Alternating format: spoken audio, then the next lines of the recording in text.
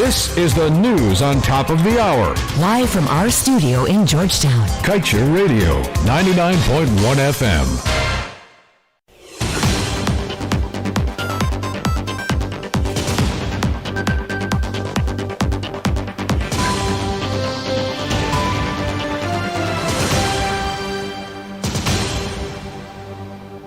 Good day, you are listening to Kaieteur Radio 99.1 and 99.5 FM. I'm Kevin Smith. And I'm Amrita Koshal. And this is your main newscast for Wednesday, January 19th, 2022. In your headlines today, TNT firms get all of the contracts for vessel cleaning in Guyana's oil sector. ExxonMobil says company here gearing to take over business. Opposition set to grill government on audits of Exxon's billion-dollar expenses, and more than 381 teachers test positive for COVID-19. GTU renews call for closure of schools for 2 weeks. Dartmouth residents want SWAT member charged with murder. Block road in new round of protest for killing businessmen. Rupununi teens killed as bikes collide and motorcyclist crushed to death by container truck. Stay tuned.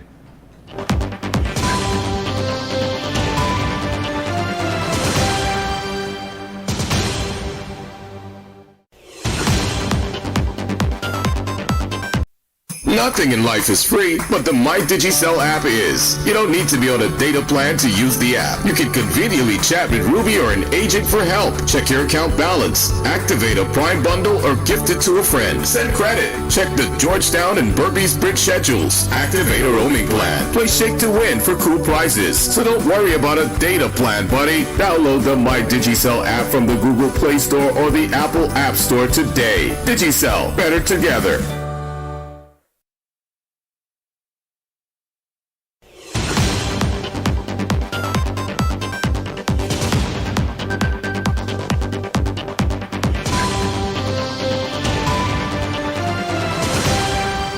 And now for the news in detail. At present, all marine support vessel tank cleaning operations needed for Guyana's oil industry are conducted by companies in Trinidad and Tobago. This is according to ExxonMobil's comprehensive waste management plan submitted to the EPA last year. The document was prepared by the American multinational in keeping with the requirements of the Payara environmental permit that demanded this to be done. It was noted that material recovered from tank cleaning services is evaluated for reuse at liquid mud plants, while tank cleaning waste streams that are unable to be reclaimed are evaluated for treatment. While Trinidad and Tobago is handling the multi-billion-dollar vessel cleaning services, ExxonMobil says there are plans underway for the operations to be transferred here. In this regard, the oil giant noted that there is a tender in Guyana to provide tank cleaning services locally, using technologies that minimize the generation of waste. Opposition Member of Parliament David Patterson has submitted several questions to the National Assembly seeking answers from the government on ExxonMobil's outstanding audits dating back to 2017. The queries have already been approved by the House Speaker Manzoor Nadir. Patterson has so far asked that the Minister of Natural Resources, Vikram Bharat, say whether his ministry has approached ExxonMobil for an extension of the deadline to facilitate the auditing of the company's $9 billion expenses, and if so, the Member of Parliament has also requested that the minister provide the House with documents, including the response from Exxon.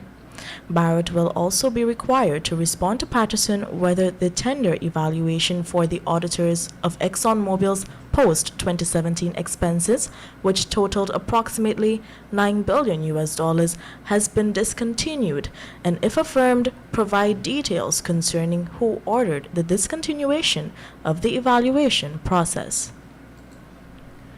And now let's tell you, as the deadly coronavirus and its variants continue to plow through the country, with almost 1,000 cases each day, the Guyana Teachers Union has renewed its call for the Ministry of Education to close school doors across the country for 2 weeks.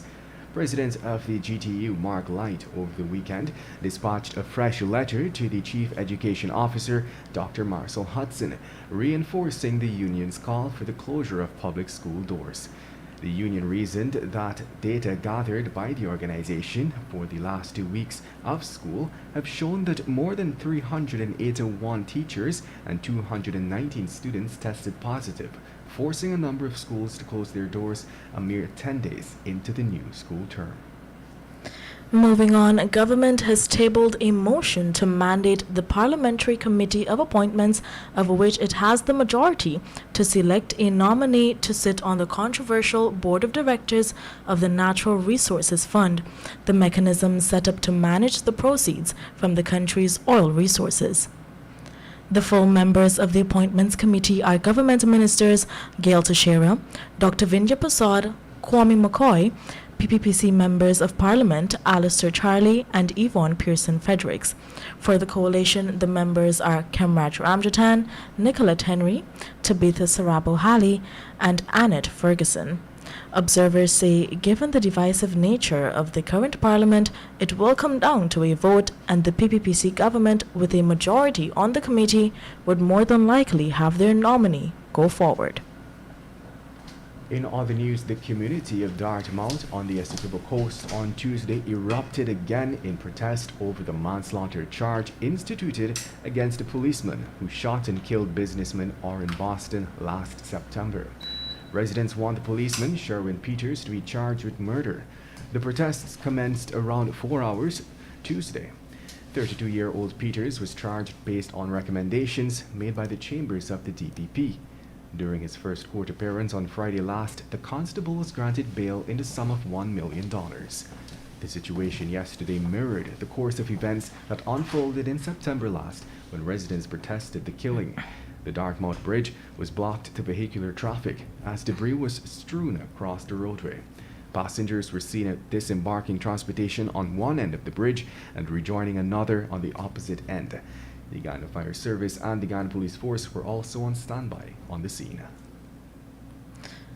And we now tell you that 2 motorcyclists were killed on Monday last after they crashed into each other around 14 hours 30 along a trail in South Rupununi, Region 9.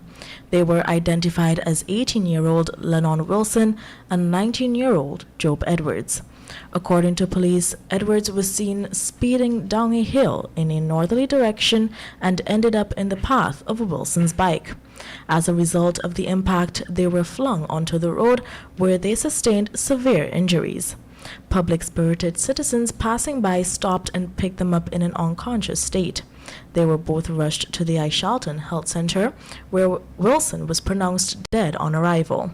Edwards was still alive when he arrived and was treated for severe head injuries and sent to the Letham Regional Hospital, where he later succumbed. The time has now moved on to 12 hours 8. We will return with more news after the break.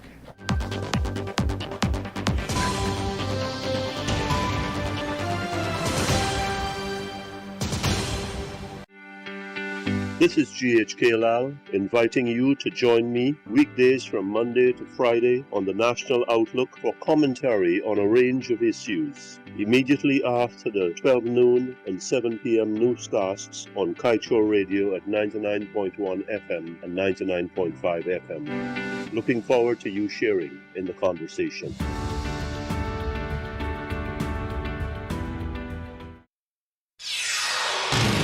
This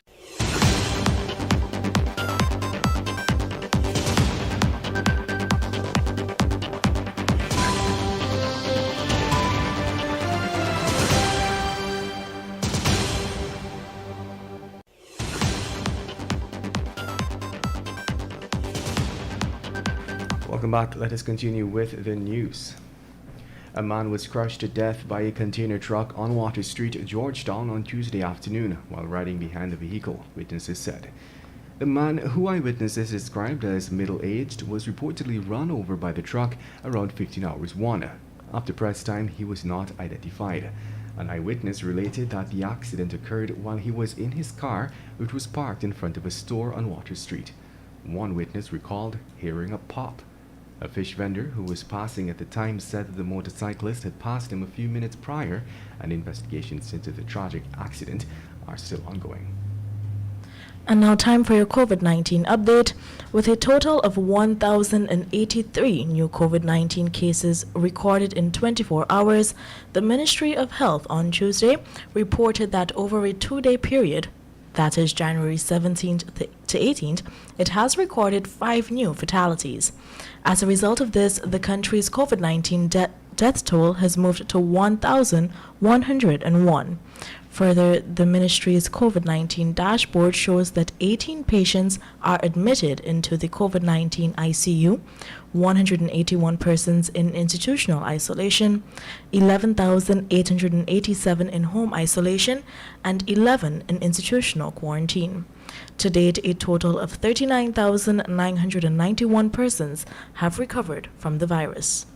And just before we wrap things up, let's head over to page 7 of today's Kaieteur News.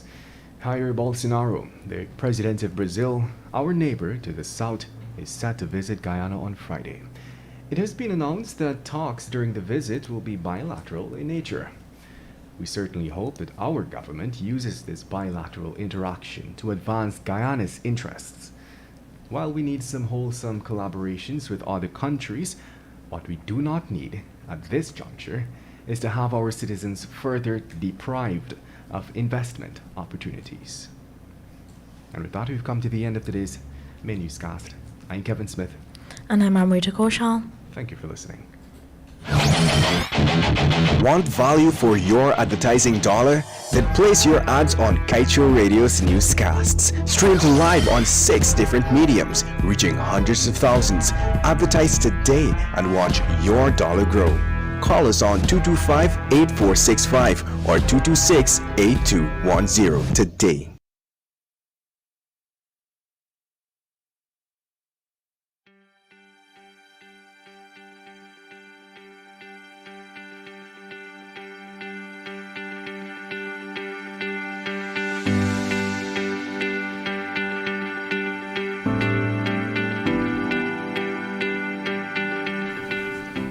Welcome to Kaieteur Radio 99.1 and 99.5 FM. It's Wednesday, January 19th. I'm GHK Lal on the National Outlook.